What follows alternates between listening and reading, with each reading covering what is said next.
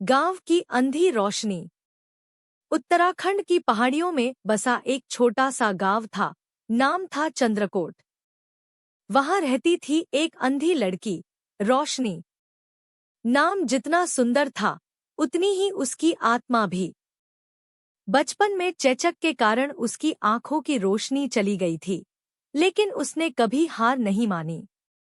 गरीब पिता लकड़ी काटने वाले थे और माँ बचपन में ही चल बसी थी। रोशनी दिन भर गांव के बच्चों को कहानियां सुनाया करती थी, तुलसी के पेड़ के नीचे बैठकर। उसका स्वर इतना मधुर और उसकी बातें इतनी सजीव होती कि सुनने वालों को लगता मानो वो खुद उस कहानी में चल रहे हों। गांव के लोग उसे बहुत मानते थे, पर रोशनी को खुद के लिए कुछ नहीं चाहिए था।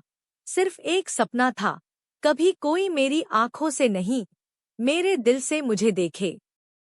2 राजमहल का राजकुमार। दूसरी ओर था राजकुमार विक्रम, राजगढ़ के राजा वीरभद्र सिंह का इकलौता बेटा। वीर, बुद्धिमान लेकिन अत्यंत घमंडी। उसके लिए सुंदरता ही सब कुछ थी। उसने आज तक किसी से सच्चा प्रेम नहीं किया। उसे लगता था कि एक दिन कोई परी आएगी, सुंदर, शिक्षित और राजसी।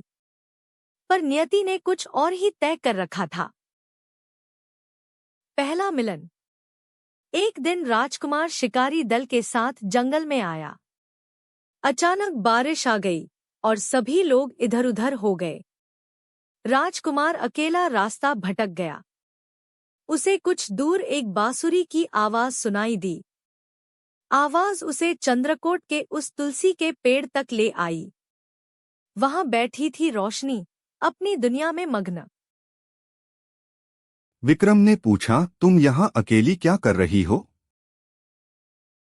रोशनी ने कहा, मैं यहाँ बच्चों को बांसुरी सुनाती हूँ। और आप? मैं रास्ता भटक गया हूँ, विक्रम ने जवाब दिया। रोशनी मुस्कुराई, तो बैठ जाइए, जब तक बारिश थमे। यहाँ कहानियां भी मिलती हैं और बांसुरी भी। उसने कभी नहीं पूछा कि सामने बैठा आदमी कौन है, कैसा है। विक्रम पहली बार खुद को किसी के सामने सिर्फ इंसान की तरह महसूस कर रहा था। 4 धीरे-धीरे प्रेम। राजकुमार विक्रम रोशनी से मिलने बार बार आने लगा। उसने कभी नहीं बताया कि वो कौन है। वो हर बार उसके साथ बैठता, कहानियां सुनता, कुछ अपनी कहता। रोशनी उसकी बातों में खो जाती और विक्रम उसकी आवाज में। कुछ हफ्तों में विक्रम को एहसास हुआ कि वो रोशनी से प्रेम करने लगा है। रोशनी भी विक्रम के स्वर और सादगी से जुड़ती जा रही थी।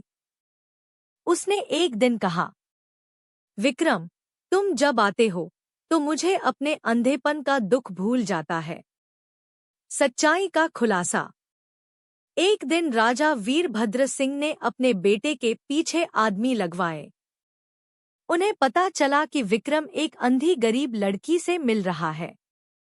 राजा ने आग बबूला होकर दरबार में विक्रम को बुलाया। एक अंधी लड़की से विवाह? क्या हो गया है तुझे? विक्रम ने कहा, पिता, वो अंधी नहीं, मेरे लिए वो सबसे सुंदर लड़की है। राजा ने क्रोधित होकर रोशनी को बंदी बनवा लिया। रोशनी को नहीं पता था कि यह सब क्यों हो रहा है। उसे अंधेरी कोठरी में डाल दिया गया। 6 प्रेम की परीक्षा। विक्रम ने अपने पिता से विद्रोह कर दिया। उसने राज्य त्यागने की धमकी दी। तब राजा ने एक शर्त रखी, अगर वह लड़की 1 वर्ष में देख सकती है तो मैं उसे अपनी बहू मान लूंगा। राजमहल के वैद्यों ने कहा, एक दुर्लभ जड़ी है, नयनकुंड। वह हिमगिरी की ऊंचाई पर उगती है। अगर वह जड़ी मिले तो रोशनी की आंखें लौट सकती हैं। राजकुमार विक्रम स्वयं उस जड़ी को लाने निकल पड़ा। रास्ते में भालू, बर्फीले तूफान और कई मौतों से वह लड़ा। हड्डियां टूट गईं, पर दिल नहीं। आखिरकार 2 महीने में वह जड़ी लेकर लौटा। रोशनी लौट आई। जड़ी से औषधि बनी और रोशनी की आंखों पर लगाई गई। कुछ दिन बाद पहली बार रोशनी की आंखों ने उजाला देखा। सामने विक्रम खड़ा था, आंखों में आंसू लिए। रोशनी ने कहा, मैंने तुझे पहले ही देख लिया था। अपने दिल से। सुखद अंत। राजा ने भी बेटे के प्रेम और त्याग को देखकर हार मान ली। पूरे राज्य में शादी की तैयारियां होने लगी। महलों में फूल, रोशनी, नाच गाना। लेकिन सबसे सुंदर थी वह दुल्हन, जिसकी आंखें तो अब देख सकती थीं, पर जो अब भी सबसे पहले दिल को सुनती थी।